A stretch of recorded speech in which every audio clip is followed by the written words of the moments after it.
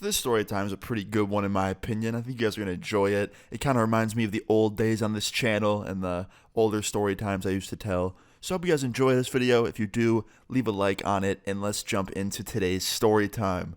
So, today's story time all takes place when I was 16 years old. I had actually just gotten home from my friend's house. It was summer vacation, and everyone was off school and stuff, so that was awesome. Most of my friends didn't have jobs at the time, so pretty much the entire summer of 16 years old, I was just hanging out with all my friends all the time. So yeah, I had just gotten home from hanging out with a friend of mine. I was at his house for like the whole weekend. I had just gotten back. And I was just chilling in my room, watching some TV. I was watching Jersey Shore by myself, just unwinding from the long weekend I had at my friend's house. And literally an hour after I laid down, my friend hits me up. A different friend. We'll just call his friend Vince. My friend Vince calls me and he's like, "Yo, man, what are you up to?" I was like, "Not much, man. Just got back from my homie's house. I'm just watching some Jersey Shore." He's like, "Nice, man. That's a good show." I'm like, "Yeah." And he's like, "Want to hang out?" I was like, "Yeah, you know what? Give me like 2 hours. I'll be down." He's like, "Bet, your house or mine?" I was like, "How about yours? Because there's not shit to do at mine." He's like, "Okay." So 2 hours later, I got ready, and then Vince came and picked me up, and we went back to his house, and we hung out there for a couple hours. Not really much happened there. But then we went and picked up a third friend of ours. We'll call that friend Matt. Okay, so me, Vince, and Matt were driving around later that night, just hanging out. It was cool having a friend with a car, because at that age, not everybody has a car yet. So, yeah, we're driving around in Vince's car, and me, Matt, and Vince are all just listening to music. And then Matt turns the volume down, and he's like, "Yo, you guys want to smoke?" And at the time, I wasn't really smoking like that, but I was like, "Yeah, I'm down." And then Vince was like, "Yeah, sure, why not?" And Vince was really, really weird about letting people smoke in his car. And I don't blame him. It was a brand new car. I understand why he didn't want people to smoke in it. But Matt was begging him. He's like, "Yo, Vince, let us hotbox it, man. Let us be the first hotbox. Come on."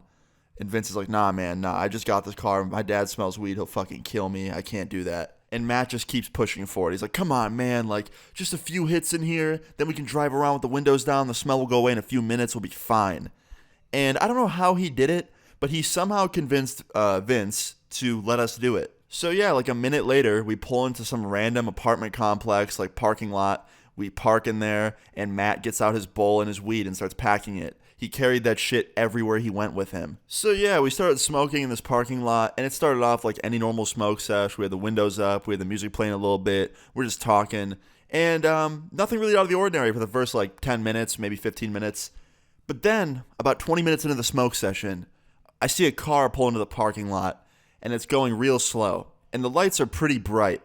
And, usually cars with bright lights either mean they have their brights on, or it's a police officer, because police officers have really damn bright headlights. So I look out the back window, and I can read on the side of the car the town name we lived in and police. And I'm like, "Oh, no." And I start tweaking out. I'm like, holy shit, there's a cop in the parking lot, guys. There's a cop that just drove by. And Matt goes, "Austin, get it together, man. Cops patrol this area all the time. Like, it's just their job." And I'm having like a panic attack. I'm like, "No, I don't know, man. Like, he's driving pretty slow. Like, I think he knows we're in here smoking." And then Vince speaks up. He's like, "Austin, relax. Look, he's driving away. We're fine." And I watch the cop car slowly just go past our car and take a left around the other end of the building that we're sitting at. So I'm thinking at that point it's over, right? I think the cop just drove by us. He's just patrolling. No big deal, right? So we keep smoking, and we thought the cop was gone. But then, a couple minutes later, the cop turns around the building again. He turns back around to our side of the parking lot. And once again, he slowly starts driving by us. And this time, he turns on his giant spotlight on the side of his car and shines it right into our window, right into our back window, and sees all of us with our necks turned, staring at him with our stoned eyes. And I just see the cop start laughing. Like, he literally starts laughing. And he gets out of his car and walks up to us. And he walks up to the driver's side window. And I am freaking out at this point. And he taps on the window. And my friend rolls the window down. And the cop goes, "Hey, how you guys doing tonight?" And we're all like, "Pretty good. How about you, officer?" And he goes, "Good. Do you guys live here at this building?" And my friend Vince, the one driving, was like, "Yep, we all live here." Just lied to the cop. The cop goes, "Oh, well, why are you guys waiting out here in the parking lot?" And once again, he has a smirk on his face. There's smoke pouring out of the car. It's obvious he knows what we were doing.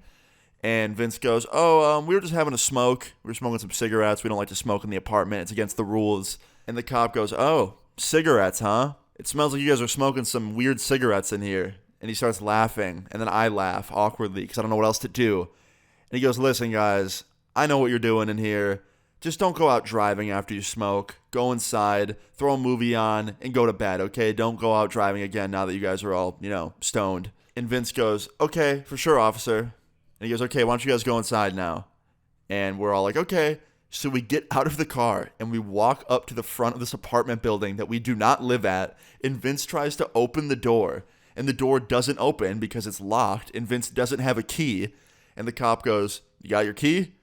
And Vince goes, oh, I think I left it in the car. Let me go look for it.